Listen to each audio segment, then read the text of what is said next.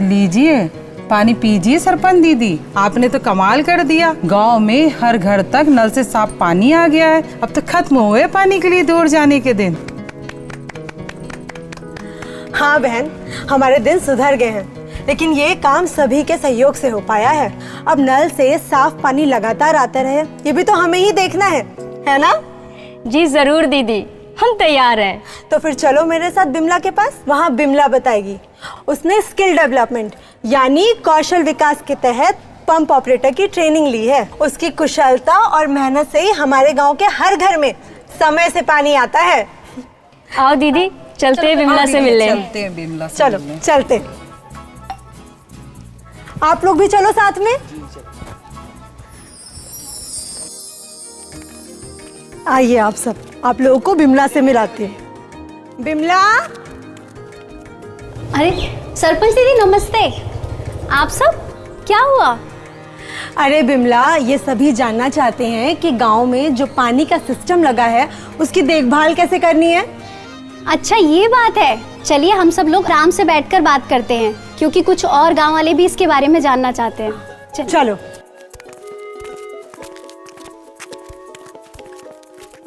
चलिए आप सभी आराम से बैठिए और हमारी बात ध्यान से सुनिए।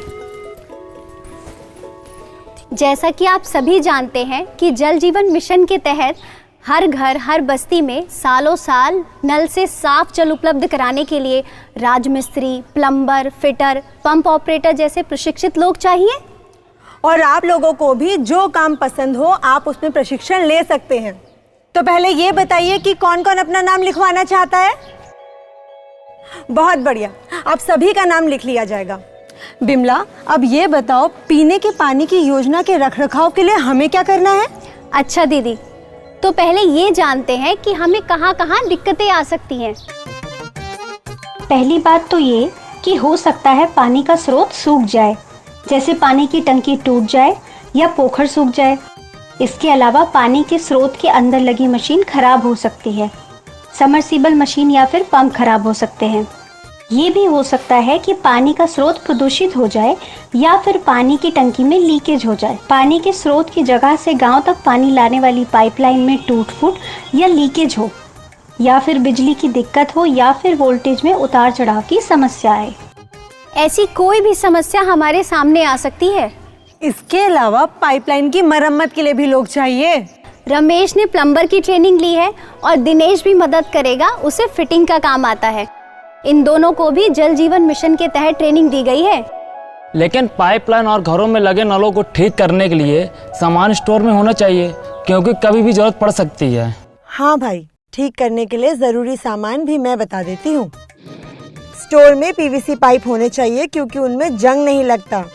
साथ नल, pipe fitting, spare part, elbow, lubricant oil, grease, valve, nut bolt भी जरूरी हैं। पानी साफ करने के लिए क्लोरीन की गोलियां या ब्लीचिंग पाउडर एवं केमिकल भी होना चाहिए।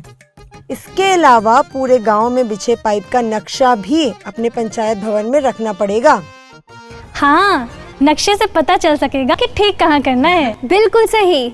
वैसे प्लम्बर और फिटर के टूल किट में क्या होगा? इनकी टूल किट बहुत जरूरी है, और इनकी टूल किट में प्लम्बर और फिटर के लिए जरूरी सामान में उनके पास पाइपों की अलग अलग साइज के टुकड़े होने चाहिए। पाइपों की जुड़ाई के थ्रेड कटाई मशीन, सॉकेट और सीमेंट इत्यादि होना भी जरूरी है। इसके अलावा पाइप फिटिंग जैसे टी, एल्बो, नट बोल्ट इत्यादि की जरूरत है।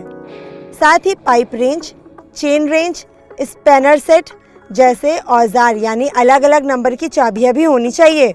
मरम्मत के लिए लोहे का तसला, बाल्टियां, फावड़ा, लंबा तार और ग्लैंडोरी भी चाहिए। सरपंच दीदी, पंप ऑपरेटर का क्या काम है? इसका जवाब तो बिमला देगी।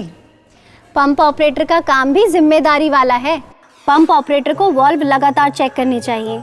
इसके लिए वाल्व को धीरे धीरे से खोलें और बंद करें, जिससे पानी का प्रेशर बनने से पाइप ना फटे। साथ ही टंकी में आने वाले और घरों में सप्लाई होने वाले पानी के वाल्व सही टाइम पर खोलना और बंद करना भी पंप ऑपरेटर का काम है। टंकी ओवरफ्लो होकर पानी की बर्बादी ना हो और वाल्व से कोई छेड़छाड़ ना करे, इसका भी ध्यान रखना है। पाइपलाइन की रिपेयरिंग के दौरान खुदाई की जगह काम चालू है का बोर्ड लगाना है ताकि कहीं कोई हादसा ना हो। रोज कितनी देर तक पानी की सप्लाई की गई है, कितने बजे की गई है, इसे रजिस्टर में लिखना होगा।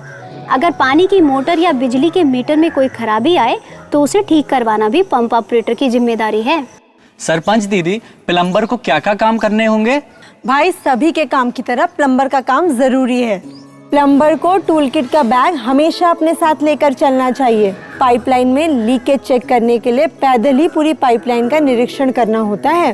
कोई भी शिकायत आने पर तुरंत काम शुरू करना, खासकर लीकेज होने पर फौरन जगह पर जाकर काम करना होता है, वरना पानी की बर्बादी होगी और साथ में फटे हुए पाइप के माध्यम से गंदगी भी घुस सकती है।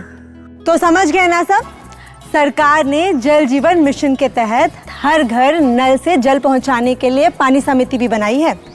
हम सबकी ये जिम्मेदारी है कि हमारे गांव में नल से पानी लंबे समय तक बिना रुके टुके आता रहे और अपने ही गांव के लोगों को इस काम से जोड़कर पानी के सिस्टम को सालों साल चलाते रहें। और हाँ, पानी बचा भी सकते हैं। और इसके अलावा पानी साफ है, पीने योग्य है, इसकी जांच एफटी के किट से करने के लिए गांव की 5 बहनों ने भी ट्रेनिंग ली है। हर जन की हो भागीदारी, हर घर जल योजना को सफल बनाना, हम सबकी है जिम्मेदारी।